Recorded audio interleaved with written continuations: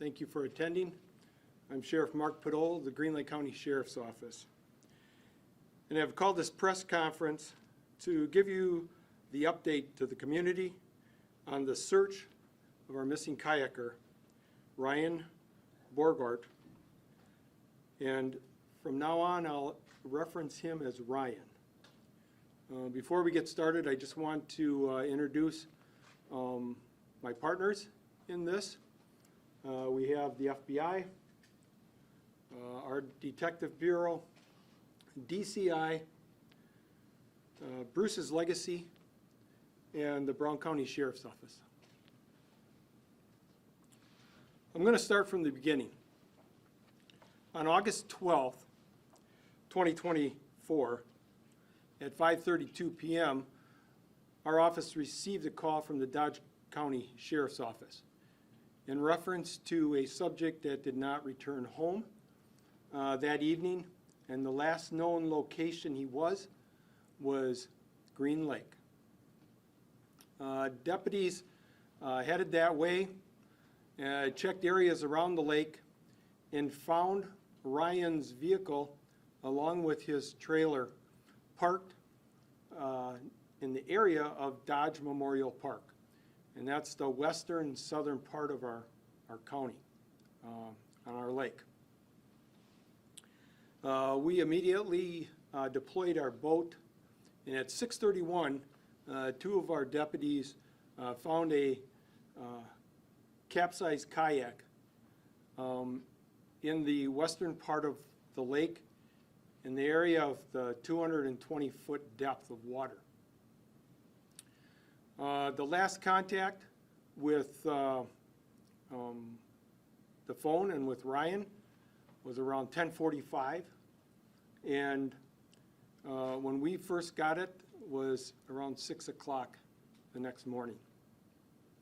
I immediately called my partners through the DNR and requested boats. The reason why I called the DNR is because they got a rapid response, and working closely with them, I knew that they would give me the resources that I needed. My second call was to Bruce's Legacy. Bruce's Legacy has helped us in the past with drownings that we've had on our lake, and the reason why is because of the depth of our lake. Our lake is 238 feet, the largest inland lake in Wisconsin. We assembled around, it was around 8:30 that Monday morning to get our plan in place as to what we were going to do. As you can see in the screen behind me, shows the location of data guides that guided our search. There was a number of pings that we got from the phone that Ryan had contact with his wife, and that would have been Sunday evening. And the last one, where it shows you on there, it says last ping, that was one where he told her that he was going to be turning around and heading towards shore soon. We then got another ping around 11:50-ish, and that was just the last ping that we got on the phone. So we started to search that area extensively, our patrol boats, the DNRs, and we continued to do that. And at 1:15 p.m. that Monday, Bruce's Legacy arrived. Our plan was to put him into the deeper end with his sonar, and that he would search that. We use side sonar in the DNR boat, in our boat, to do the shallower part of the lake. We concluded that time, and our game plan was to start again on Tuesday, and that's what we did. At 6:30, we regrouped, and we started our search. The DNR, our search crew, along with Bruce's Legacy. At around 9:30-ish, there were some boaters out there, and one boat with two fishermen on were casting along the bottom of the lake, and they come up with a fishing rod. That fishing rod was taken as evidence, photographed, and was identified by the wife of the victim. So we continued to search, figuring that could have been a point of interest. And at 3:45 that same day, Tuesday, we found, someone called and said that they found a tackle box. The stuff inside that tackle box had a wallet and keys and a license belonging to Ryan. We continued to search that day, and we continued to search the rest of the week with our resources. We got into a couple weeks, and it was on August 24th when we decided that we were going to bring in 3 cadaver dogs, which we did, and also we brought in a dive team, 2 divers, very experienced and willing to assist us.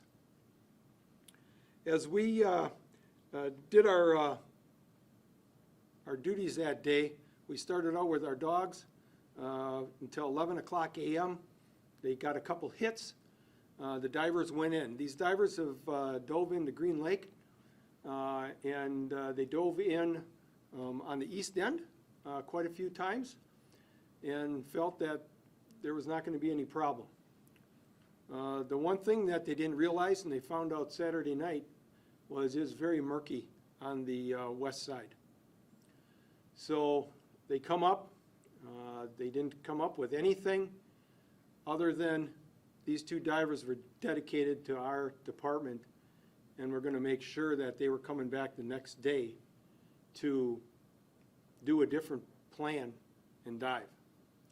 They came back that Sunday at 7 o'clock a.m. We had our plan in place. And the one thing that they made sure to me that they said, Sheriff, I can guarantee you when we come up, that body of water that we covered, he's not going to be there if we can't find him. They're guaranteed that they're going to cover that. So they did. They come up, and there was nothing we could find.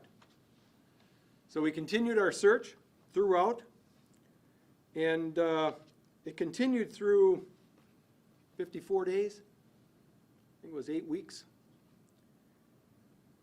And during that time, it was unbelievable the amount of support that our community gave my department.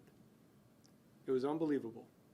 From food to gift cards for Bruce's legacy to a thank you, and they were proud of us. They were proud that we were not giving up, and we were not. We continued, and on October 4th, which was a Friday, I met with Keith from Bruce's Legacy. And he said to me, he said, Sheriff, he says, I've done a lot of searches, and I can't find him. He said, we searched and we searched. And if you see that picture that's on the screen behind me, all the yellow is where Keith searched. That was every spot of that western water of our lake. With that being said, he also told me that, Sheriff, don't worry. I'm not giving up. He called the company and was asking for another piece of equipment, a top-notch sonar, and it was a new one, but it's going to be a couple weeks out. So October 7th, I got my crew together, my 3 detectives and my chief deputy and myself. We met and we talked, and we said we got to go a different direction. And they did. The direction we went was offline, and we found out that his name was run on August 13th. Wow, yeah, that was something we didn't expect. So, these people that I have up here today, these are my partners. You reach out to them when you need help. And they've been helping us ever since. We started with Customs, Homeland Security, FBI, Wisconsin Department of Criminal Investigations, and my staff. We made contacts. A digital forensic analyst of a laptop that we were given through the wife, searching that, the disappearance that we have found that he was in some place in Europe. Through that forensic analyst, we recovered that he replaced his hard drive on the laptop. He cleared the browser on the day of his disappearance. He sank the laptop into the cloud on August 11th. He took photos of his passports. We found out that he moved funds to a foreign bank, changing his email and communication with a woman in Uzbekistan. He took out a $375,000 life insurance policy in January, and he purchased airline cards. Due to these discoveries of the new evidence, we were sure that Ryan was not in our lake. The expertise of Keith Cormacan of Bruce's Legacy cannot be overstated. His dedication and persistence in searching efforts was unmarkable. And finally, his confidence that he could not find a body in the western part of our lake drew us in a direction that we were not looking. Keith is certainly the one and does the best thing in his craft. Our investigation has many steps to take. It's a puzzle that we're putting together. We got many pieces, but we got a lot more pieces to find. Our goals are to identify any crimes that have been committed by any individuals who assisted with this crime, investigations and the aspects of the crime with the assistance of our state and federal international partners. Pursue for expenses and searches funded by the taxpayers. We put in a lot of time, 54 days we put in. But Keith put in 28 of them days on that lake searching for Ryan. When he wasn't searching for him, he was looking over data. He was looking over data to figure out if he missed something. I'd like to express my sincere gratitude to all the entities that assisted. Our expert divers, our canine cadaver dogs, Norton's Dry Dock, Peerless Boat Rental, Bayview Motel, Green Lake Community. Our community supported us 110%. And the community that Ryan came from supported his family 110%. Bruce's Legacy. I'd like to thank the dedication of my sheriff's office. But most of all, I want to thank the family. I want to thank his wife. That is one strong lady. Whenever we called on her, she always responded, and she gave everything that she could for us. I cannot imagine what she's going through and they're going through. It's really hard because one, they felt that their dad was drowned. A day ago, they found out that he wasn't. There's one thing that I ask. I ask that the media, please, give the family space and time. It's important. If you want to do something, do that for them and do that for me. If there is someone out there that has either knowledge or unknowledge assistance with Ryan in his efforts, we encourage you to contact us. We plead that you contact us at the number that is shown on the screen. It's the Green Lake County Sheriff's Office, 920-294-4134, extension 1162.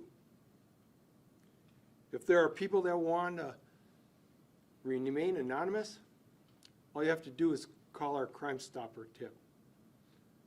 Text "Get Them" to 847411 or 1-800-GET-THEM. There's one last thing I want to do, and this is to Ryan. Ryan, if you are viewing this, I plead that you contact us or contact your family. We understand that things can happen, but there's a family that wants their daddy back. That's all I have.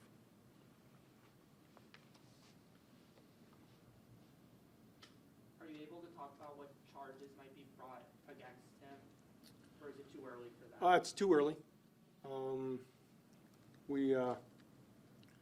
We're in that process, and that's why we're here today, because we had a very narrow window that we were going down, very narrow door.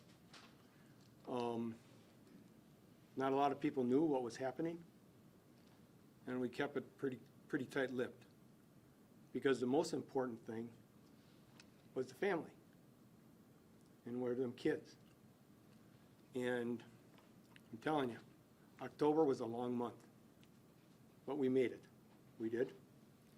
And now that we're branching out, we're going to involve a lot more people, and the charges will be then. Is there any sense of a motive of why he would do something like this? No. Do you believe there was anyone assisting him in getting out of the country, anyone else involved? We're not sure. We're still going down that path, and that's why I put out the plea. If there's somebody out there, please, do it for his family. And do you have an estimate of how many taxpayer dollars might have been spent searching for him? No, I don't. We got a total tally, I should say, we put together. But the one thing about our county, you worry about money.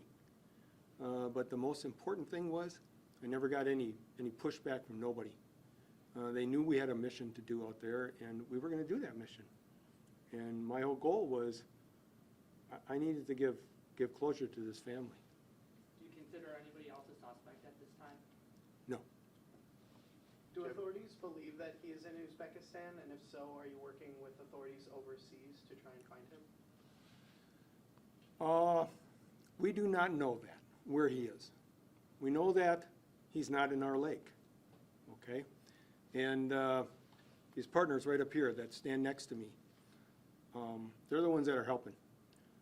They're the ones that have the contacts and how we're going to keep on going. Sheriff, you sounded very frustrated at this entire situation. This is your county where you grew up. What is on your heart right now, wanting to give back to the taxpayers for basically this gentleman deciding to flee the country and basically tell a lie? Well, it's not give back, okay? They elected me as sheriff for a reason. And the reason was to do what they wanted best. And that is, they always appreciate their county.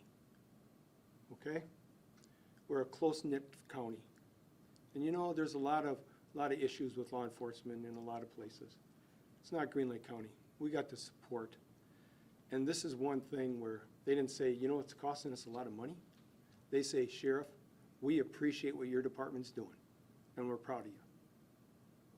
Do you have any other information you're able to share about the woman he was contacting in Europe?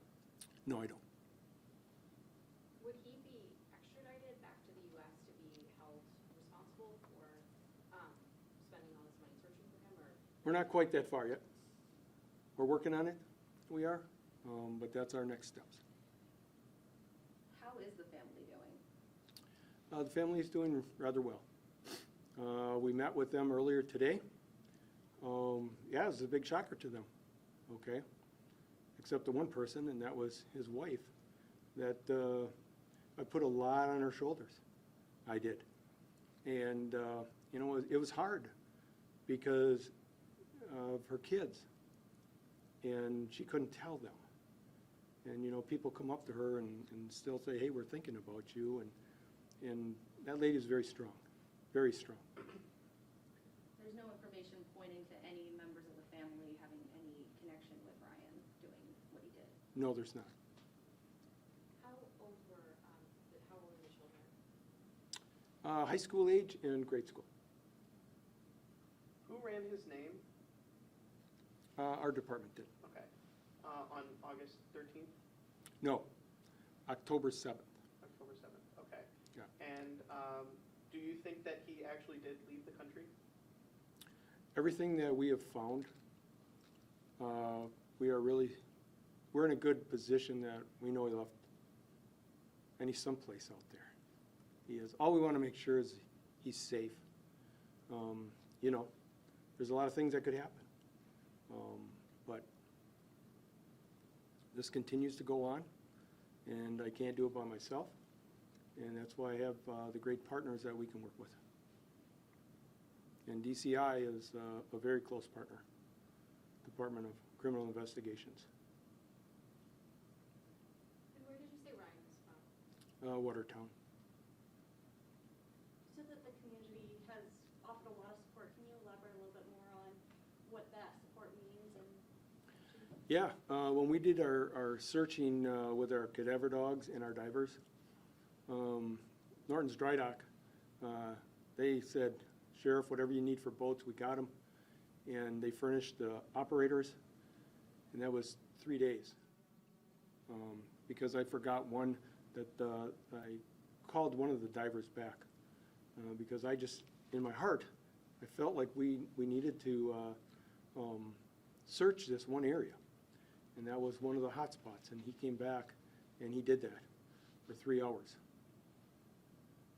So we had that. We had a number of gift cards that were sent in, Bruce's Legacy.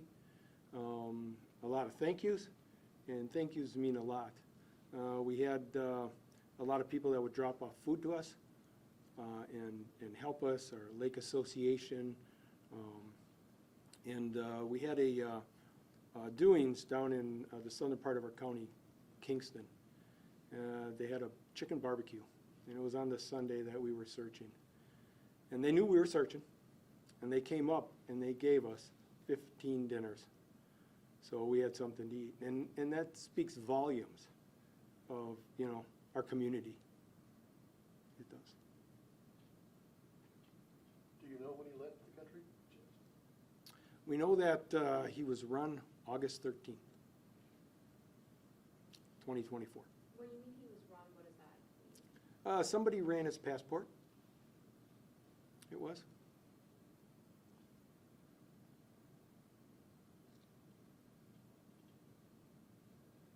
Do we have anything else? If not, thank you for coming, and that's it.